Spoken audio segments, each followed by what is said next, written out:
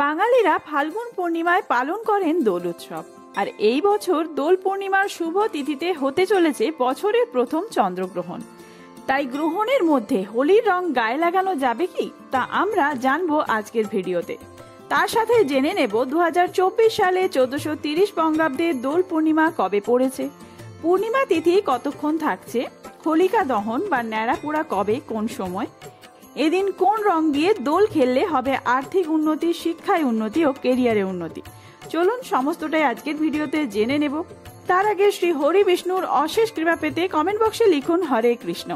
আর যদি আমার চ্যানেলে নতুন হয়ে থাকেন অবশ্যই চ্যানেলটি সাবস্ক্রাইব করে এবং ভিডিওতে একটি লাইক করে শেষ পর্যন্ত সাথে থাকবেন। আশা করি ভিডিওটি আপনাদের জন্য খুবই হেল্পফুল হবে।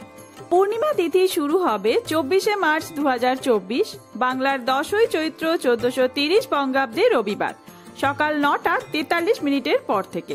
পূর্ণিমা তিথি সমাপ্ত হবে 25শে মার্চ 2024, বাংলার 11ই চৈত্র 1430 বঙ্গাব্দে সোমবার সকাল 11:50।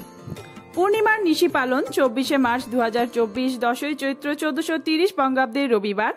এছাড়া সন্ধে 5:54 পর থেকে সন্ধে 7:21 মধ্যে শ্রী শ্রী সত্যনারায়ণ ব্রত ও পূজা পাঠ সম্পন্ন করে নিতে হবে।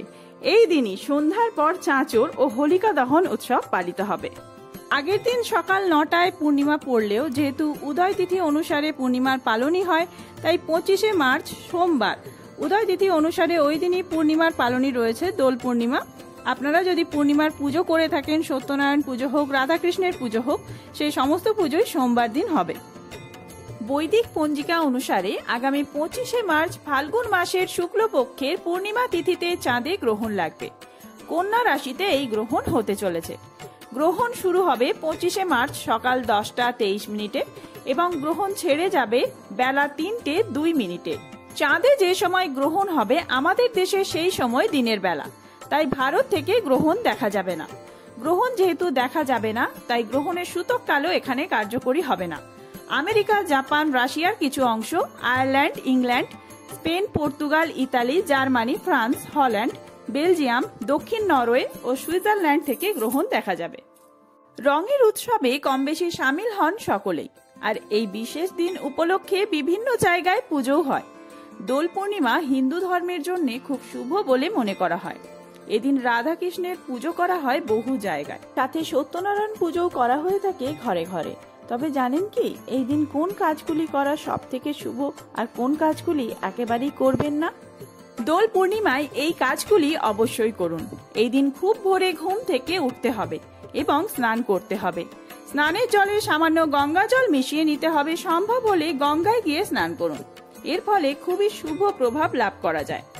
এই দিন একটি তামার পাত্রে, সম্ভব না হলে যে কোনো ধাতুর পাত্রে কিছুটা গঙ্গা জল, সামান্য গুড় এবং একটু আবির মিশিয়ে সূর্যদেবের উদ্দেশ্যে অর্পণ করুন। আবির যে কোনো রঙের ব্যবহার করতে পারেন, কিন্তু বিশেষ করে নীল এবং গোলাপি আবির ব্যবহার করা খুব শুভ।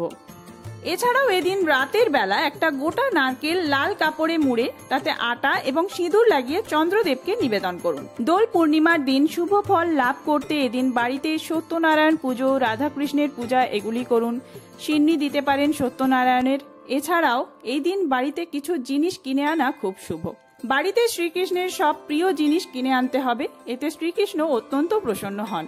এই দিন বাড়িতে আনুন ময়ূরের পালক, বাঁশি, শঙ্খ, যে কোনো ধাতুর কচ্ছপের মূর্তি এবং শ্রীকৃষ্ণের প্রিয় যে কোনো একটি খাবার। দোল পূর্ণিমায় চন্দ্রগ্রহণের পরেই হতে চলেছে এই বছরের প্রথম সূর্যগ্রহণ। তা হবে আগামী এপ্রিল মাসে চৈত্র অমাবস্যার দিনে। সেই ভিডিও খুব তাড়াতাড়ি আসছে। সেই ভিডিও দেখার জন্য অবশ্যই চ্যানেলটি সাবস্ক্রাইব করে সাথে থাকবেন আর এই ভিডিওটি অনেক বেশি শেয়ার করবেন বন্ধুদের মধ্যে। ধন্যবাদ। দেখা হচ্ছে খুব তাড়াতাড়ি অন্য ভিডিও নিয়ে।